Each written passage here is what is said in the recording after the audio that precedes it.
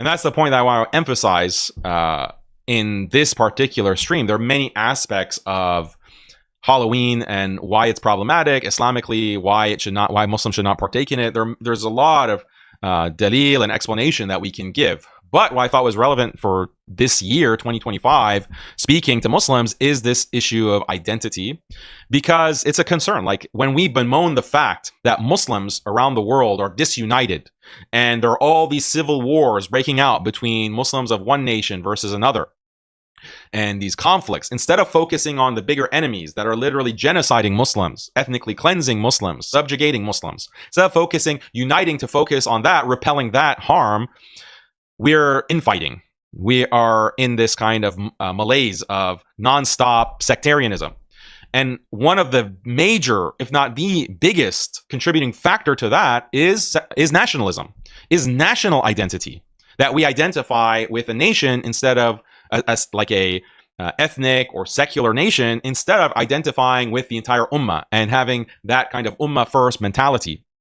This is what we're suffering from. And national holidays are acutely impactful to your sense of identity, or to the identities of our children or our youth, the way that they view themselves. Because identity formation is something that develops over time. And if you are putting your children in costumes or having them celebrate certain days over others, you're having them partake in eating certain foods, going certain places, recognizing certain dates, putting certain symbols around your house, or putting your children in institutions that are honoring those symbols. It might be Halloween, it might be Christmas, it might be July 4th, it might be some kind of national holiday. Then you are creating and developing a nationalistic identity, or a cultural identity, or ethno-national identity. And the human capacity to identify as something, or to affiliate him or herself with a nation, it's a limited resource. It's a zero sum. If you're going to be American, or you're going to be Saudi, or you're going to be Malaysian, or you're going to be Pakistani, that identity is going to, if you put more and more attention to that, partake in more and more of the holidays and the symbols and the rituals of that, for that identity, that leaves much less room. That leaves much less mental space, psychological space, spiritual space for being a Muslim. And this is something that practically you can see when Muslims say, like, I don't know why Eid, when Eid al-Fitr comes after Ramadan, or Eid al-Adha comes in Dhul Hijjah, that is not, I don't feel it's special, or I don't really get excited about it anymore. Well, why is that? It's because you're going all out in partaking in Halloween and Christmas and Valentine's Day and Easter and July 4th, the National Independence Day, and on. Some of these Muslims are even celebrating Hanukkah. Some of them are even celebrating Hanukkah and Passover, or whatever.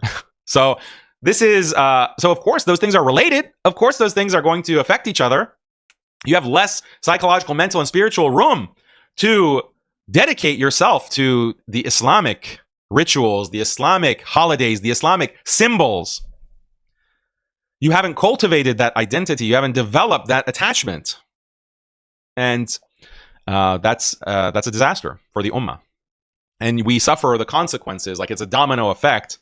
One of the big consequences is that you're going to be more inclined to go to war and to battle and to fight other Muslims. You view Muslims as your bigger enemy than non-Muslims, because the way that you're dividing the world, the way that you've segmented people in the world, is not the way that Islam requires, that Allah has revealed, that there are believers and there are disbelievers. There are mu'minun and there are kafirun. And this is the great divide. That is the true division of people, not only today, but throughout history. Those who believe in Allah and His messengers, and those who reject them. Those who believe in the books, the revelation that Allah, the Creator, has sent, and those who reject them. That's always been the true divide, as explained in Revelation. But instead of taking that taxonomy or categorization, you're taking a nationalistic categorization. Okay, there are Americans, and there are Canadians, and there are Mexicans, and there are the British, the French, the Germans, the Malaysians, the Pakistanis, the Turks, the Azerbaijanis, and so forth. That's the way that you are dividing the world, according to some arbitrary lines drawn on a map that were determined 100 years ago and that are constantly changing. Just something that's ultimately very arbitrary, something that is contemporary, just a function of our current times, as opposed to what is timeless, as opposed to what it cuts to the core of what it means to be a human being, what cuts to the core of us as the creation of Allah. And even before we were born, this is what we were distinguished by. Because as we know that this is the fitrah that Allah has put within our soul even before we had a body.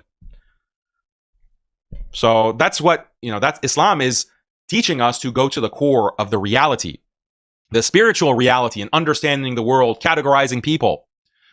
But these holidays, these cultural practices, these nationalistic rituals, they take you further and further away from that. They psychologically condition you to start accepting a different model, a different paradigm, a different lens, different sight with which to see the world. And that's a disaster. And there's all these trickle-down effects that we then suffer from, and we bemoan, and we haven't addressed the root cause. Why are we so divided? Why are we so nationalistic, sectarian?